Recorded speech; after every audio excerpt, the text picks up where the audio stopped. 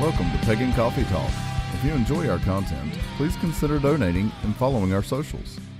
Now, here are your hosts, Lady Alba and Lord Knight. Hi, welcome to Pagan Coffee Talk. We have a guest here today that's going to talk to us about something. Can you introduce yourself? My name is Angel. All right. Can you tell us a little bit more? No, I'm just kidding. I've practiced pagan history, I guess, for going on 3 years and a little bit more. I teach classes, I craft, I do a lot of admin things. I'm a project coordinator in my mundane job. So I met you at a festival. Yes. Here in Gaston County, not too long ago. And unfortunately, you wind up with the old joke, 3 elders walk into a lecture, and what happens? Yes. So your friend from the radio came over and started, and then you guys had gotten to the fair and came over, and it was a lot of fun to see you guys react with each other because there was a lot of history there, and you don't get to see that as often anymore. So I thought it was fun. I love teaching people that are older than me. Well, I'm not saying we didn't give you a little bit of a rough time. So, otherwise, what was your experience on this? How long did it take you to realize who you were actually teaching? It took me a minute because I didn't know this was a newer festival for me just because I haven't been to too many. The only bigger festival that I've been to is Mystic South, and I didn't teach the class there, so I was just an attendee. But it did take me a solid minute to figure out who I was talking to, in regards to everybody else. So I was like, oh, okay, whatever. It's one of those things that I don't really it doesn't compute in my brain because I teach elder people all the time, considering my age, because I'm only 28. So, well, just to let you know, I think you did a fantastic job on teaching. Oh, good. Thank you. Because I was trying to give you guys the fast track because I know you guys, you guys were there. Actually, no, I think we would have preferred the slow track. We like listening to people teach. Oh, good. Okay. Well, it's one of those things that, again, it doesn't compute in my brain unless I'm I pick up what's going down. I have autism, so reading social cues is not a big thing for me, and I have a nervous laughter, so you will hear a lot of nervous laughter. But yeah, so it's one of those things that I love to teach. I actually just created another outline for a specific deity that I'm going to be teaching on the 28th, but yeah, if I knew you guys wanted the slow track, the only problem was it was really hot out there too. That was that it was. You have the hearth fire on the hottest day, and I thought that was really funny how that aligns because only spiritual people could make that happen. So. But yeah, so I definitely, I think it was fun to me because I like seeing the other opinions and the history and knowledge that you all have. And I keep forgetting his name. He was from the radio, and Lord Onyx.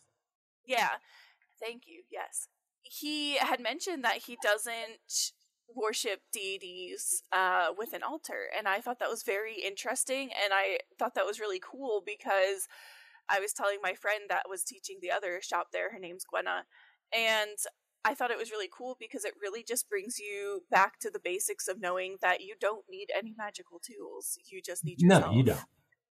No, the best magical tool is to sit outside on a rock and... Yes.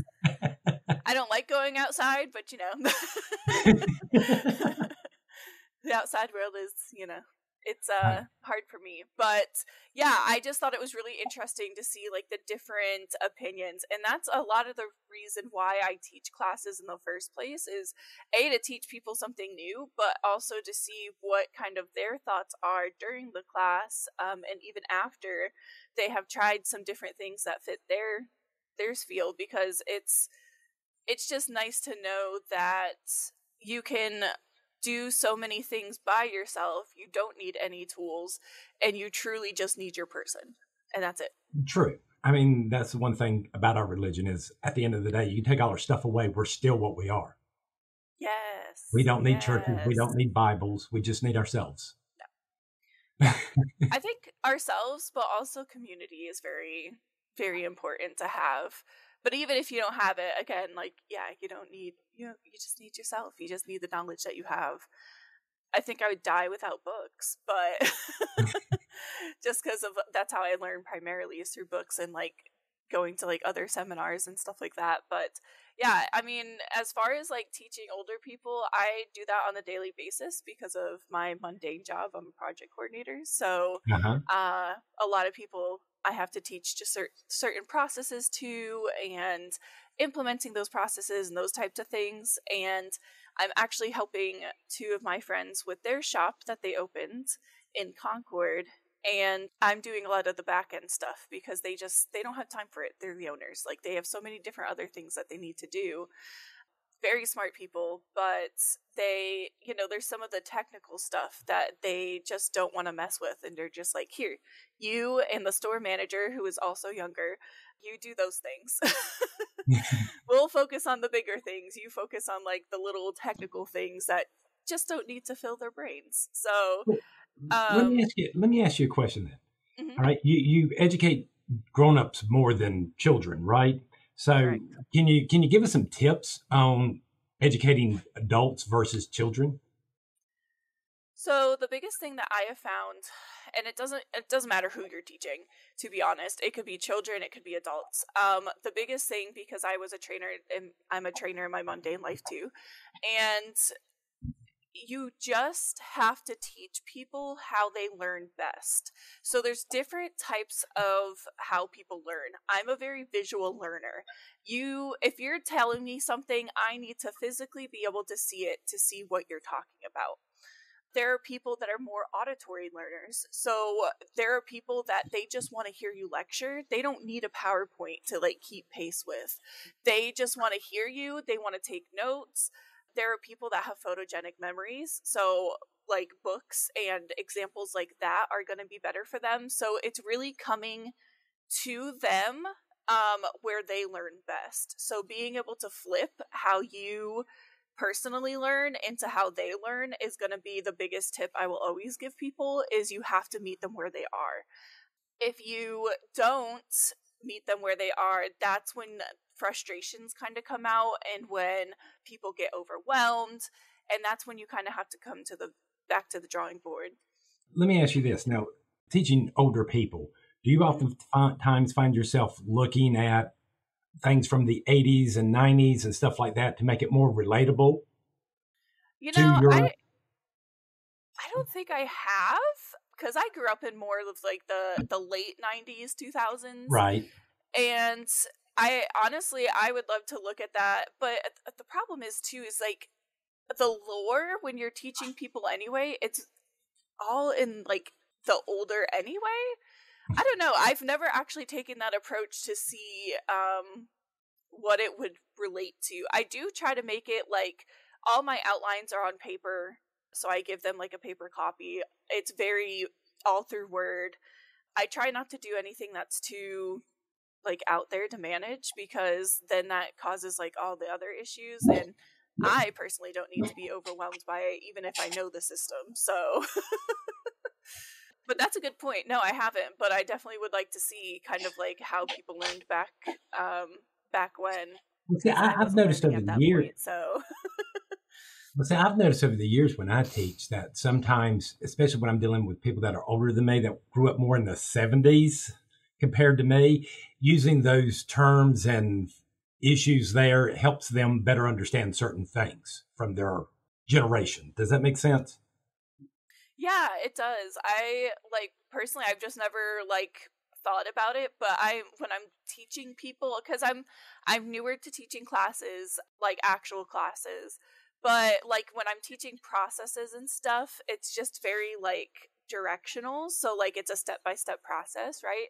Uh-huh. Versus when you're teaching classes, it's more of like a fluid kind of like discussion like. So that's kind of where it's hard. I kind of just always preface classes with, if you have questions or anything that you're confused about from what I've said, to ask me the questions, because I personally just I don't know, it doesn't click in my brain of like that piece of it. I have to come at it from a very logical point of view, so like teaching it how they need to be taught is like the biggest way I've taught classes, mostly. Mostly. Yeah, mostly. Anything else you'd like to put out there? Any upcoming events you're going to be at? Yeah, the events that I'm going to be at. So my class that I'm teaching is Truths and Tricks. It's a class about the Norse god Loki, and teaching essentially the beginning workings with him, if you so chose to work with him, but also kind of showing a different side to him. He's not just a chaos deity. I promise. He really isn't. And that's going to be held at Serenity Emporium in Concord. They are at 6 Spring Street. Our next thing is actually our full moon ritual on October 19th. That's also at Serenity Emporium. I will be leading that ritual. And what was the other one? Oh, the Witchy Bazaar in Salisbury. Dang, you're awful active. Yes. So I own my own business, which is Angel Dream Creations. And Angel Dream Creations, I help them, like from my business point of view. I will also be reading at the Bag Lady in Charlotte on October 1st and October 19th as well. Okay. So all of the kind of like information and keeping up with me, you can keep up with me on Facebook. I forget to post events to my page half the time, but I promise it's there. I try to do it on my personal Facebook, so I got to remember to put it to my business Facebook. But yeah, I mean, those are kind of like the big ones that are coming up, but a lot of it happens at Serenity Emporium because they have a space for me to essentially like teach classes there. And typically it's after hours, because there's a lot of stuff going on during the day, but I do a lot of their back end stuff. So that's why I'm so involved with them. And they're 2 of my mentors, actually. So it's nice to have that kind of relationship that they teach me things and I can also teach them things. Sounds great. So, well, yeah. Appreciate you coming on. Yeah, thank you so much for having me. Let's talk about different ways to alter your consciousness. Okay. Other than meditation. Oh, well. Damn. Okay, there goes that one. But there are other ways. Yes, there are. There are other forms. All right. For those who say, I can't meditate. All right. Yeah, here are going to be some tips to help you out. Hopefully. All right. Drumming circles. Just drumming alone help. Yep. Drumming's a good one. And especially if you can get it in a room where you can get the sound waves to resonate with you, to where in the words you can get them to kind of bounce off the walls. And yeah, no, you're absolutely right. It's kind of like singing in the bathroom. Right. Or feeling the drums as they come up the streets during parades.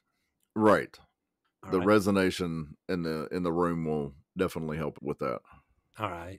Another form is, believe it or not, fasting. All right. Now, again, if you're going to do fasting, please check with your doctor before you do it. Right. Right. You have to do this healthy and correctly. Right. And there's a proper way to do it. Well, we say proper, but we always advise if you're going to be fasting, start out kind of slow. Right. You sort of wean yourself off. Yeah. Wean yourself off of food for a while and take like a week to do it. But yeah, first and foremost, check with your doctor. Right. And then you have to break that fast kind of slow. You can't just sit down to a buffet. No, you can't. No, you can't. You'll make yourself sick. All right. Believe it or not, another form is singing. Yes. Even if it's as simple as Twinkle, Twinkle, Little Star. Right. That's Right? that's the joy of a lot of those songs is that they're so repetitive that it will alter your consciousness if you do it long enough. Exactly. It sort of goes along the same line as chanting. Chanting can cause you to alter your consciousness. Yes. If I used to do this when I was in a production job, I would sit there and chant while I was doing my job, which made me speed up a little bit more. Mm-hmm. Yeah. So it does help, especially to maintain your focus. It really does.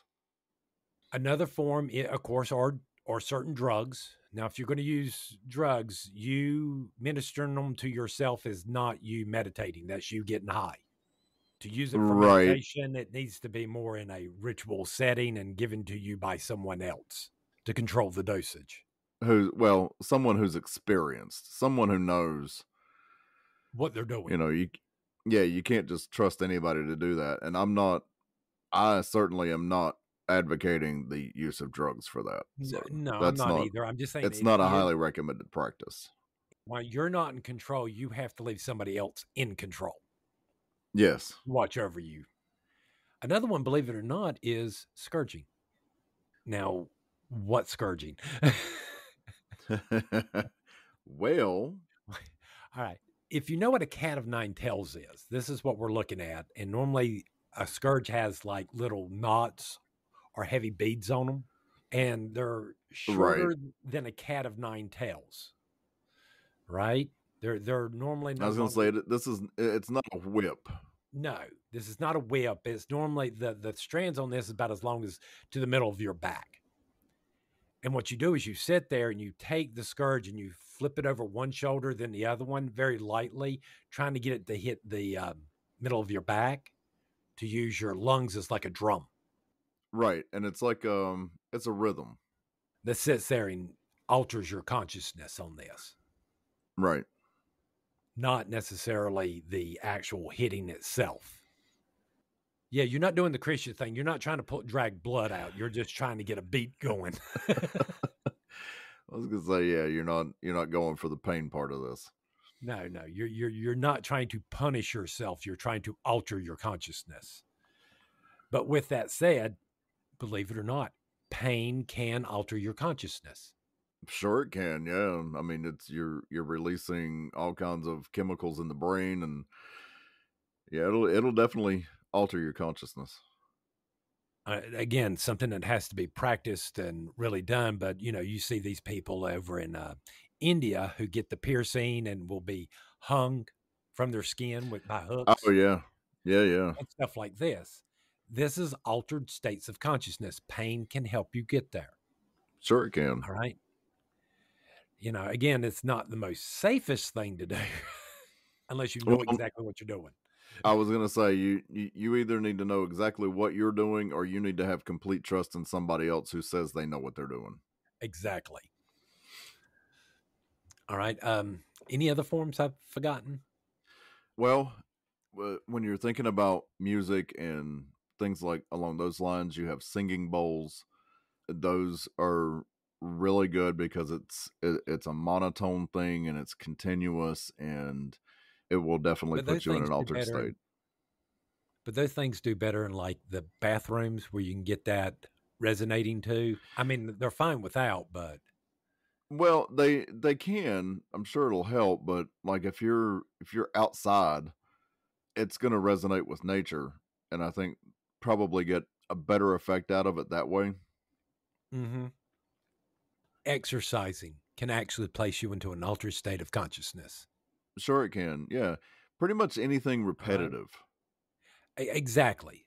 Anything that will allow your mind to disengage from itself. Right. This is a meditative state. If you can reach these states and other things, you can learn how to reach that state in meditation. You might have to use some of these other techniques to kind of help you learn how to get there. But these are some different ways. I'm trying to think of any others. I know sometimes doing strobe lights or certain patterns of light can help alter consciousness, but it can also cause seizures if you're not careful. Yeah, it is something you need to be careful with. Smells. Certain smells tend to put people into certain states of mind as well. Because our Again, that's smells, not for everybody. again, smells link with memory, which puts us into an altered state by placing us in the memory where we remember the smell. Right. So you can use that to your advantage and try some aromatherapy or just general incense, As things like that. strange as it sounds, white noise playing in the background and actually Oh paying, yeah. and especially when you're paying attention to it Yes. instead of trying to ignore it. If you actually sit down and actually listen to what the noise is and sort of envelop it, that can often alter your consciousness. That's a good one. I hadn't thought about that. Now, for me personally, for some reason, always being near a waterfall always causes me to automatically go into an altered state of consciousness. Right. I love being near waterfalls. That's The like one of sound the of the best things water ever. falling, the smell, the whole 9 yards is just everything you need. Right. Well, it's back to the white noise. You've got the sound of the waterfall, and like you said, you've got the smell of the water, the smell of nature. You've got the visual. I mean, it's quite powerful. Now, the flip side can also help you change your consciousness by doing these deprivation tanks. That actually really does help to isolate you and maybe even help you get closer into a meditative state. Now, again, unless you're living down the road from one and you actually got some real money, Right. yeah, Or you can afford to have one installed in your house. These would be a great thing to do if you're just starting out meditating, to go to one of these once a week for a couple of weeks or something Right. like that, to give you that sense of no input. You have to basically climb into your own head. Right. Because again, I hear this a lot. I cannot meditate. And the main point on this is to alter your consciousness, to see things in a different way. Yeah, and a lot of people just think, well, I can't do the traditional meditations. But again, there's all these other ways that you can get into that state. I mean, it's all about a state of mind. Right. It's about It's not necessarily what you're doing while you're there. It's just getting to that state of mind. I mean, a lot of people do it and don't even realize it. Going down the road. I know a lot of guys growing up that would, especially the older guys, they would often sometimes go split wood to think things over. As strange as that sounds, but knowing how to split wood, I can understand what they were talking about. Well, again, it's repetitive. It's something you don't really have to think about once you get into it. It's just it becomes automatic. It becomes automatic and allows your mind to go somewhere else because it's a task. Right. So, well, and like I was saying earlier, a lot of people do it and they'll drive down the road and they space out a little bit. Right. Or you might be walking somewhere and you space out a little bit. That's that same thing. That's going into that similar state of mind. Yeah, it's in that space. Right, because I've often heard of people doing that where they're like traveling behind a transfer truck and they get truck hypnosis. And the truck will pull off the highway and the person behind them will automatically follow them, even though it's not their exit. Yeah. Because they've been traveling behind this truck for so long, they sort of zone out. Hence the reason why in the world that drive from one place to another that normally takes 2 hours seems like nothing. Right. It's like, God, was I really on the road that long? It sure didn't feel like it. Didn't feel like it. That's that road hypnosis. This is the altered states of consciousness. And yes, but you are losing time. yeah, you are. That does not mean you were kidnapped by aliens. I mean, music in general, dancing, these are all fantastic ways. Staring into a fire. I mean, oh God, yes. There's so many ways that you can get into that state of mind that I find it hard to believe that people just can't do it. Right. I'm sorry, just if you start off with, if I could trick myself into this state for 5 minutes a day, right, you will find that eventually you don't need that trick to do it. Yep. But there are other ways to meditate, to get into that consciousness. All you got to do is just figure out what works best for you. Absolutely. If anybody else got any ideas, let us know. Right. I mean, please, because it is an issue that a lot of people face. And just letting you know, there's other ways to do it. Yeah. It takes time. It is worth it once you learn how to do this. And what in the world that state really feels like, it changes your way of seeing things a whole lot. Yeah, and it will take time. I mean, you have to be patient. Yes. That's a key aspect of this. You have to be patient. You have to be diligent. You have to be consistent. I mean, we just sat here and we said everything can do this if we allow it, from sports to, baking, even cooking. Right. I don't know how many times I've sat there and cook, and it's a recipe I've done 1,000 times, and I don't even remember. Right. I know it came out good. It came out good. I did something to it.